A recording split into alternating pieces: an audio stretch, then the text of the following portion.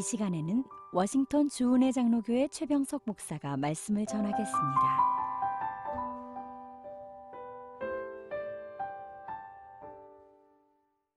이 거룩한 주일에 하나님께서 우리에게 허락하신 말씀은 학개 1장 1절에서 11절 말씀입니다. 제가 읽습니다. 다리오 왕 제2년 여섯째 달 곧 그 달 초하루에 여호와의 말씀이 선지자 학개로 말미암아 스알드엘의 아들 유다 총독 수룹바벨과 여호사닥의 아들 대제사장 여호수아에게 임하니라. 이르시되 만군의 여호와가 이같이 말하여 이르노라. 이 백성이 말하기를 여호와의 전을 건축할 시기가 이르지 아니하였다 하느니라. 여호와의 말씀이 선지자 학개에게 임하여 이르시되 이 성전이 황폐하였거늘 너희가 이때에 판벽한 집에 거주하는 것이 옳으냐. 그러므로 이제 만군의 여호와가 이같이 말하노니 너희는 너희의 행위를 살필지니라. 너희가 많이 뿌릴지라도 수확이 적으며 먹을지라도 배부르지 못하며 마실지라도 흡족하지 못하며 입어도 따뜻하지 못하며 일꾼이 싹쓸 받아도 그것을 구멍 뚫어진 전대에 놓음이 되느니라. 만군의 여호와가 말하노니 너희는 자기의 행위를 살필지니라. 너희는 산에 올라가서 나무를 가져다가 성전을 건축하라. 그리하면 내가 그것으로 말미암아 기뻐하고 또 영광을 얻으리라. 여호와가 말하였느니라. 너희가 많은 것을 말았으나 도리어 적었고 너희가 그것을 집으로 가져갔으나 내가 불어버렸느니라. 나 만군의 여호와가 말하노라. 이것이 무슨 까닭이냐. 내 집은 황폐하였으되 너희는 각각 자기의 집을 짓기 위하여 빨랐음이라. 그러므로 너희로 말미암아 하늘은 이슬을 그쳤고 땅은 산물을 그쳤으며 내가 이 땅과 산과 곡물과 새 포도주와 기름과 땅의 모든 소산과 사람과 가축과 손으로 수고하는 모든 일에 한죄를 들게 하였느니라. 아멘. 저는 이 귀한 주일에 주신 말씀을 힘입어서 우선순위라는 제목으로 말씀을 증거하고자 합니다. 학개는 그 뜻이 축제, 절기입니다. 그리고 두 장으로 구성되어 있습니다. BC 586년에 유대 왕국과 예루살렘 성전은 바벨론 제국에 의해서 완전히 무너지고 말았습니다. 그래서 수많은 사람이 바벨론의 포로로 끌려갔고 나라 잃은 백성으로 슬픔을 벗삼는 고통의 삶을 살아야 했습니다. 바벨론에서의 그들의 삶의 한 단면을 보여주는 것이 시편 137편입니다. 1절에서 4절 말씀을 제가 읽어드립니다. 우리가 바벨론의 여러 강변 거기에 앉아서 시온을 기억하며 울었도다. 그 중에 버드나무에 우리가 우리의 수금을 걸었나니 이는 우리를 사로잡은 자가 거기서 우리에게 노래를 청하며 우리를 황폐하게 한 자가 기쁨을 청하고 자기들을 위하여 시온의 노래 중 하나를 노래하라 함이로다. 우리가 이방 땅에서 어찌 여호와의 노래를 부를까. 유다 백성들은 포로로 끌려가 이방 땅에서 힘든 노역 생활을 하고 있습니다. 그들은 노동 현장인 여러 강변에서 시온, 즉 예루살렘 성전을 생각하며 울었습니다. 종살이 하는 것만 해도 너무나도 고통스러운데 바벨론 사람들은 유다 백성들에게 야, 너의 나라 노래나 한번 불러봐 라고 조롱합니다. 그러나 이들은 노래를 부를 수 없었습니다. 그리고 이제는 다시는 수금을 탈 일이 없으리라 생각하며 수금을 버드나무 가지에 걸었습니다. 그들이 바벨론에 끌려와 종의 신분으로 살아보니까 유다에 있을 때는 자유롭게 성전에서 제사를 드릴 수 있었지만 더 이상 성전에서 예배 드릴 수 없게 되었다는 것이 너무나도 큰 고통이었습니다. 그렇게 수십 년의 고통의 세월이 지났습니다. 그런데 근동의 지배자였던 바벨론 제국은 페르시아 제국에게 멸망을 당하게 됩니다.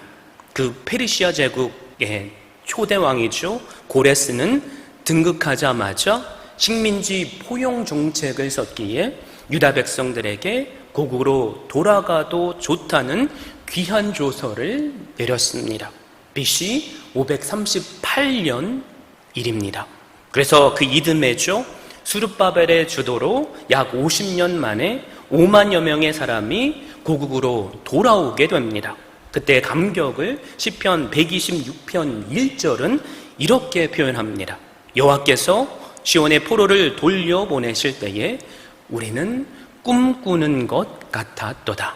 정말 꿈 같은 일이 이루어진 것입니다. 부푼 꿈을 안고 바벨론에서 돌아온 그들은 감격 속에 회파된 성전을 다시 세우기 시작합니다. BC 536년의 일입니다. 성전이 다시 세워지는 모습을 보고 사람들은 기쁨의 함성을 질렀습니다. 그런데 사마리아 사람들이 찾아와서 자신들도 성전 건축에 동참하게 해달라고 요청합니다. 어떻게 보면 좋은 일이죠. 근데 스룹바벨과 지도자들은 그 제안을 단칼에 거절합니다. 사마리아는 아시리아 제국의 혼혈 정책으로 이미 이방인의 피가 섞였을 뿐만 아니라 그리심산에 그들의 성전을 만들어 놓고 제사를 드리고 있었기 때문입니다. 그들이 성전을 함께 짓기를 원했던 것은 이스라엘 백성들처럼 오직 하나님만을 섬기고자 함이 아니었다는 말입니다. 이스라엘의 하나님을 여러 신들 중 하나로 더해서 믿음으로 더 큰 복을 받을 수 있다면 자신들도 그렇게 하겠다는 말입니다. 그래서 지도자들은 그것을 거절합니다.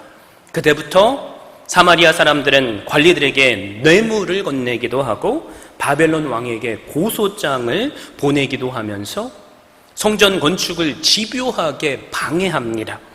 사마리아 사람들이 유다 백성들을 모함하는 글을 올리자 당시 바벨론 왕 아닥사스다는 그들의 요청을 받아들여 성전 건축을 금지하는 조서를 내렸습니다.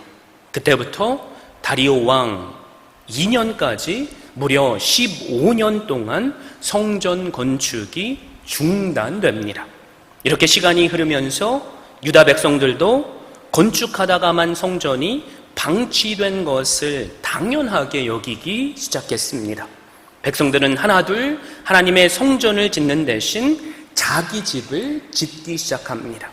공식적으로 성전 짓기를 포기한 것은 아니지만 누구 하나 선뜻 나서서 성전을 짓는 사람도 없었습니다. 백성들의 리더들도 마찬가지입니다. 이처럼 백성들은 예루살렘에 돌아왔지만 하나님께 제사드릴 성전 없이 15년을 살았습니다. 어느새 백성들도 성전 없이 살아가는 삶이 마치 당연한 듯 익숙해져 가고 있었습니다. 바로 이런 상황에서 페르시아 다리오 왕 제2년 여섯째 달 곧 그 달 초하루에 여호와의 말씀이 선지자 학개에게 임합니다. 학개는 그 말씀을 당시의 지도자들인 총독 스룹바벨과 또 대제사장 여호수아에게 전합니다. 2절 말씀을 보십시오. 만군의 여호와가 이같이 말하여 이르노라. 이 백성이 말하기를 여호와의 전을 건축할 시기가 이르지 아니하였다 하느니라. 하나님께서는 이 백성이라고 말씀하십니다. 여러분, 하나님께서 내 백성이라고 하셔야 맞는 말입니다. 이 백성이라고 하실 때에는 내 백성으로 여기지 않으신다는 말입니다.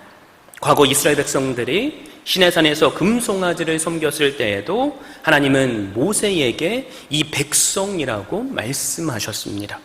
하나님의 말씀의 요지가 그렇다면 무엇입니까? 이 백성이 말하기를 여호와의 전을 건축할 시기가 이르지 아니하였다고 말한다는 것입니다. 말하자면 아직 때가 아니라는 거죠. 이들이 이렇게 말한 이유는 여러분 크게 두 가지입니다. 하나는 우리가 이미 살펴본 외적인 이유입니다. 사마리아 사람들의 방해, 그리고 바벨론 왕의 성전을 짓지 말라는 조서가 떨어지니 건축을 포기한 것입니다. 그리고 자기 일들을 하기에 바빴습니다. 그러면서 자기들의 행동을 정당화합니다. 그래도 처음에는 성전을 지으려고 했는데 사마리아 사람들이 방해했습니다. 게다가 왕의 조서까지 내려줬는데 우리가 도대체 어떻게 성전을 짓습니까? 예루살렘에서 할 일이 좀 많습니까? 부서지고 무너지고 불타버린 것들을 치워야죠. 가족을 위해서 집을 지어야 하지 않겠습니까? 땅도 일구어서 농사를 지어야지 되지 않겠습니까? 할 일이 너무나도 많습니다.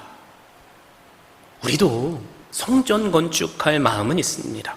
그런데 아직은 때가 아닙니다. 그들은 이런 막연한 태도로 삶을 살고 있었습니다. 사랑하는 성도 여러분, 사실 이들이 건축을 포기했던 또 다른 이유가 있습니다. 그것은 바로 내면적인 이유입니다. 유다 백성들은 생각합니다. 하나님이 원하시는 일이라면 형통해야 하는데, 성전 건축이 하나님이 계획하신 일이라면 모든 것이 잘 돼야 하는데, 이렇게 방해가 심하고 상황이 여의치 않은 것 보니까 하나님의 뜻이 아닌가 봐, 아직 때가 아닌가 봐, 이렇게 생각했던 것입니다. 하나님의 성전을 재건하는 일에 많은 어려움과 핍박이 있는 것은 하나님의 일을 방해하려는 사탄의 세력과 사탄의 조종을 받는 세상 사람들의 방해가 있기 때문입니다. 그러나 이스라엘 백성들은 이 시험을 이겨내지 못하고 그만 주저앉고 말았습니다. 사랑하는 성도 여러분, 우리는 성전 건축을 아예 포기하자고 말하는 사람은 단 한 사람도 없다는 사실을 주목해야만 합니다. 그들은 모두 앞으로 때가 되면 이 일을 다시 시작해야 한다고 생각하고 있습니다. 자신들에게 성전 재건의 막중한 사명이 맡겨져 있다는 것도 부인하지 않습니다. 하지만 이것이 그들의 변명이고 자기 정당화의 근거였고 문제였습니다. 예루살렘으로 귀환한 지 벌써 16년이 지났죠. 또 성전 건축이 중단된 지도 15년이나 지났습니다. 결코 짧은 세월이 아닙니다. 이 사이에 그들이 포로 시기에 꿈꿔왔던 이상과 포부는 희미해졌고 안락함의 노예가 되어가고 있었습니다. 성전 중심으로 살지 않아도 처한 자리에서 믿음을 지키며 살 줄 알았는데 이들은 내 백성, 즉 하나님의 백성이 아닌 하나님과 상관없는 이 백성이 되어버렸습니다. 무슨 말입니까? 왜 살아야 하는지, 삶의 목적이 무엇인지가 흐려지고 있었다는 말입니다. 세월이 그들을 그렇게 만들었습니다. 이상이, 꿈이, 포부가 사라지자 그들에게 더 이상 하나님의 영광과 임재 따위는 중요한 것이 아니었습니다. 이제 중요한 것은 그들의 현실적인 삶의 문제, 삶의 안락함이었고 이것들은 빠른 시간에 하나님의 영광을 대신하기 시작했습니다. 그렇게 백성들의 삶은 점점 더 분주해졌습니다. 해야 할 일에 분주해진 것이 아니라 자신들의 삶을 사느라고 분주해진 것입니다. 수입을 더 얻기 위해 그들은 더 많은 일을 해야만 했습니다. 소득이 적으니까, 경기가 나쁘니까 더 열심히 일하는 수밖에 없었습니다. 그들이 이렇게 바쁜 중에도 언제나 나중에 경기가 좀 풀리면, 여유가 좀 생기면이라고 말하면서 언젠가는 미루었던 성전 재건을 할 날이 올 것이라고 생각합니다. 그런데 이런 생각은 자기 자신조차도 속이는 삶이었습니다. 불가피한 사정 때문에 성전 건축을 못한다고 하는데, 여러분, 하나님은 그들에게 어떠한 반응을 보이십니까? 나도 안다. 너희가 오죽하면 그러겠네. 이렇게 하나님께서 그들의 행위를 인정해 주셨습니까? 아닙니다. 하나님은 이스라엘을 이 백성이라고 부르시면서 책망하십니다. 4절 말씀이죠. 이 성전이 황폐하였거늘 너희가 이때에 판벽한 집에 거주하는 것이 옳으냐. 판벽한 것은 벽을 판자로 대고 지붕이 덮인 상태, 무슨 말이죠? 아름답게 꾸며진 완성된 집을 의미합니다. 하나님의 집은 공사가 중단된 채 방치되어 있는데 자신들은 잘 꾸며진 집에 사는 것에 문제를 느끼지 못하느냐는 책망입니다. 이스라엘이 하나님을 제대로 섬기기 위해서는 성전 재건은 무엇보다 우선시 되어야 했던 일입니다. 성전의 회복이 곧 예배의 회복이기 때문입니다. 그것은 곧 하나님께서 이스라엘과 함께 계신다는 중요한 상징이기 때문입니다. 하지만 이스라엘 백성들의 관심사는 다른 곳에 있었습니다. 하나님의 집이 어떻게 되든 상관없이 자신들 중심의 삶을 살았던 것입니다. 오히려 어떻게 하면 내 집을 멋지고 아름답게 꾸밀까를 생각했습니다. 하나님은 이스라엘 백성들의 삶의 우선순위가 그러기에 잘못되었음을 지적하십니다. 그러기에 하나님은 성전은 뒤로 한 채 자기 살 궁리만 했던 이스라엘 백성들에게 그들의 삶을 돌아보라고 말씀하십니다. 5절 말씀입니다. 그러므로 이제 만군의 여호와가 이같이 말하노니 너희는 너희의 행위를 살필지니라. 너희의 행위를 살필지니라 라고 말씀하셨죠. 이 말은 직역하면 너희의 마음을 너희의 길에 두라는 말입니다. 너희가 걸어온 길을 신중하게 돌아보라는 말입니다. 성전을 짓다 말고 자기 일에 열중했더니 어떤 결과가 생겼는지를 돌아보라는 말씀입니다. 지금까지 하나님 중심이 아닌 자기 중심으로 살아온 삶은 완전히 실패했음을 그들의 삶이 현실이 증거하지 않냐는 하나님의 질문이 됩니다. 6절을 보십시오.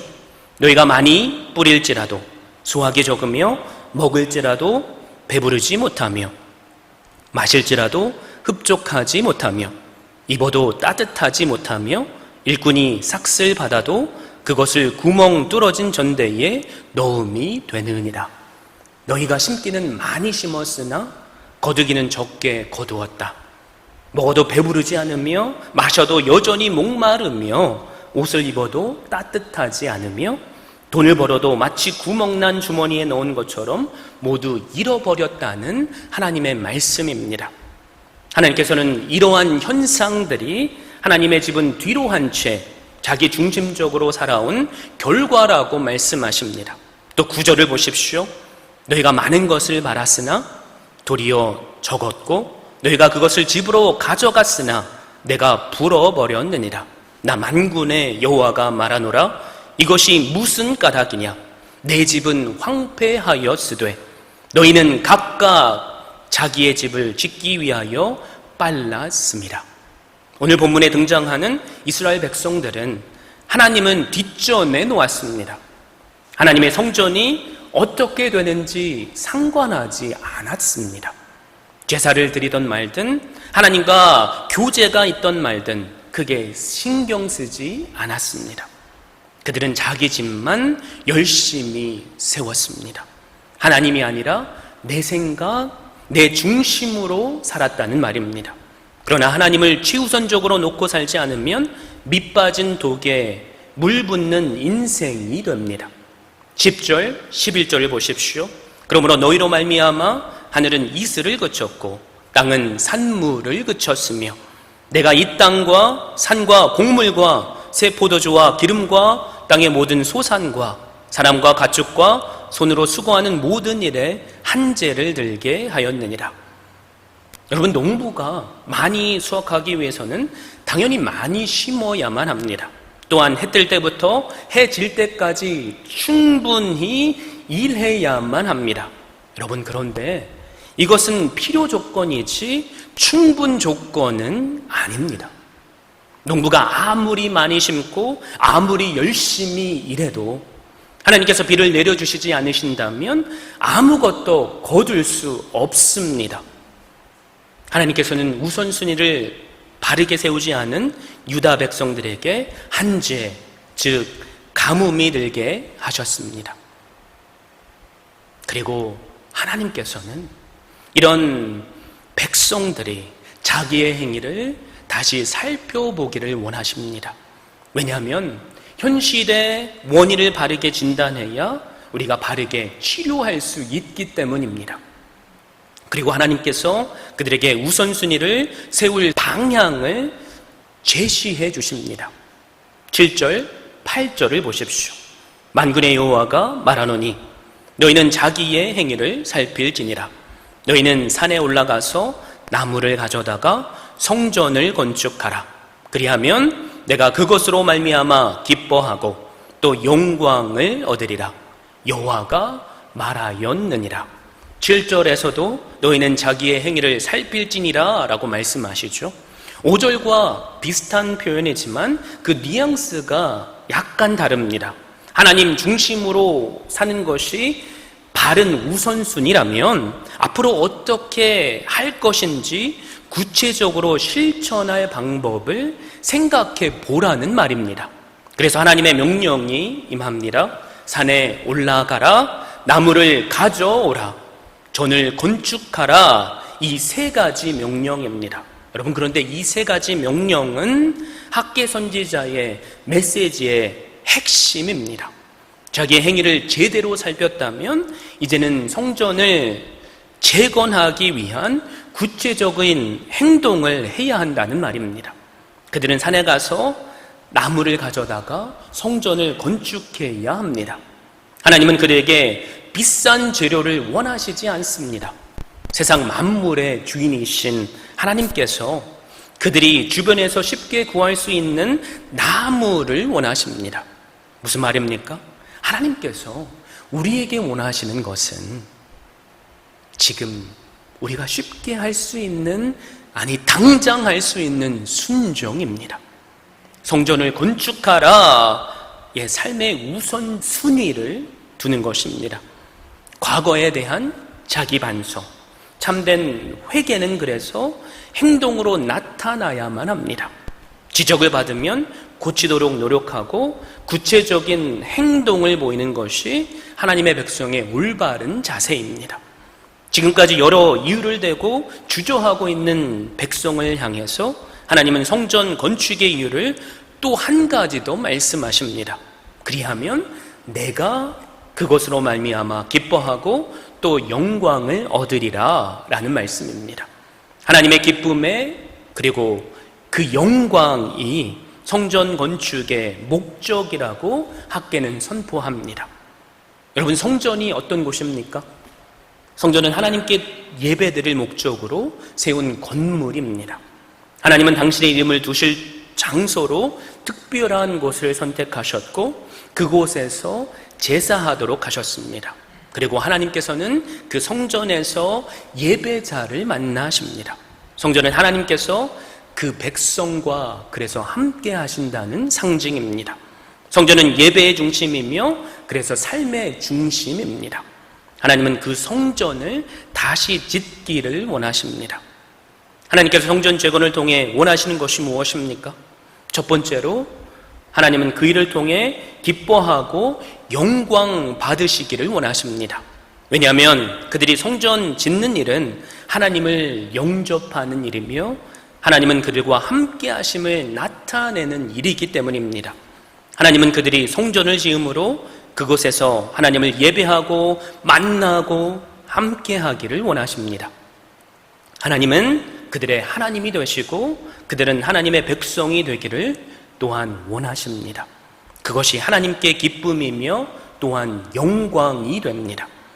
두 번째로 하나님은 그들의 삶의 우선순위를 하나님께 두기를 원하십니다. 그들은 성전 짓는 일이 힘들다며 삶의 우선순위를 자기에게 두었습니다.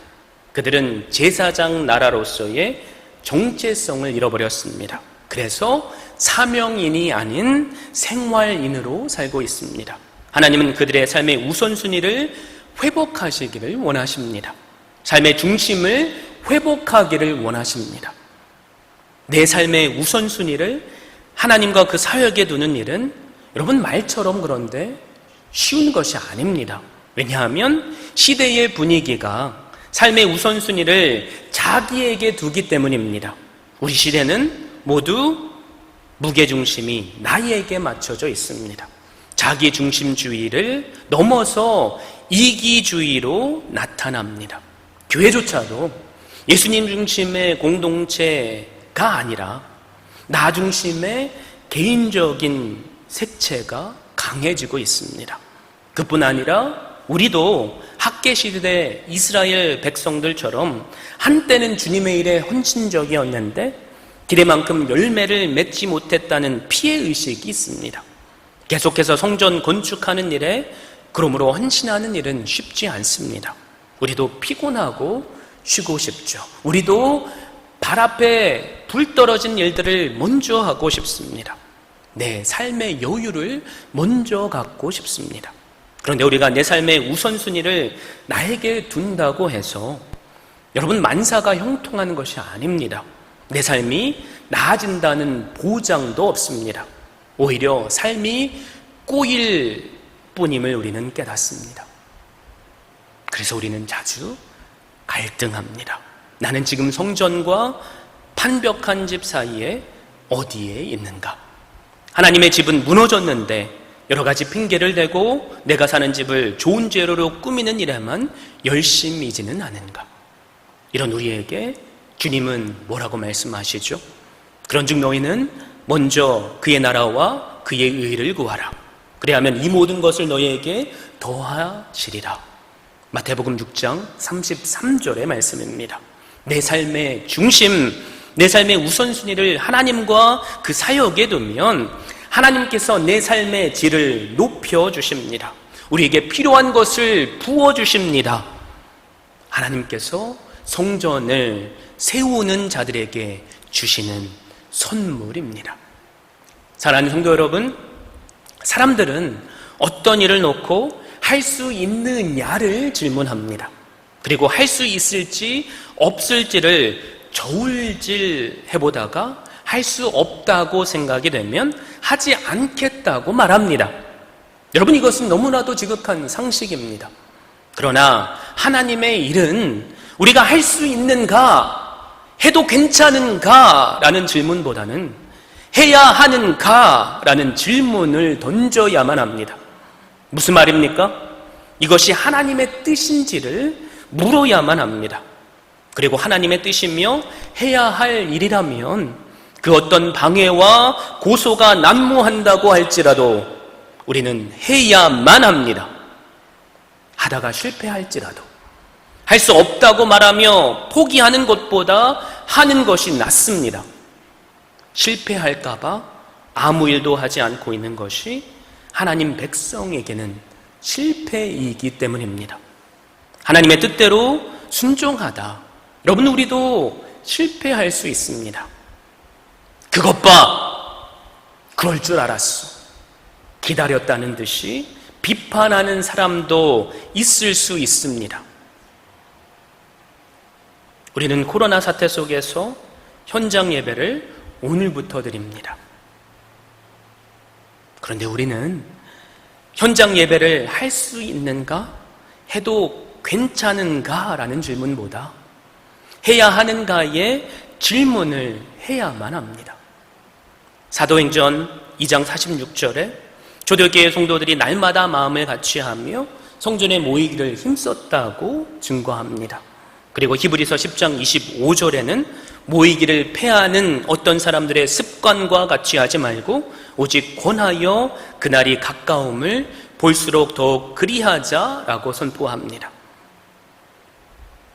한 성도님의 간증을 최근에 들은 기억이 있습니다. 목사님, 한 3개월 정도 집에서 옷을 잘 갖춰 입고 가족을 다 모아서 함께 예배드리는데 예배드리는 것 같지 않습니다.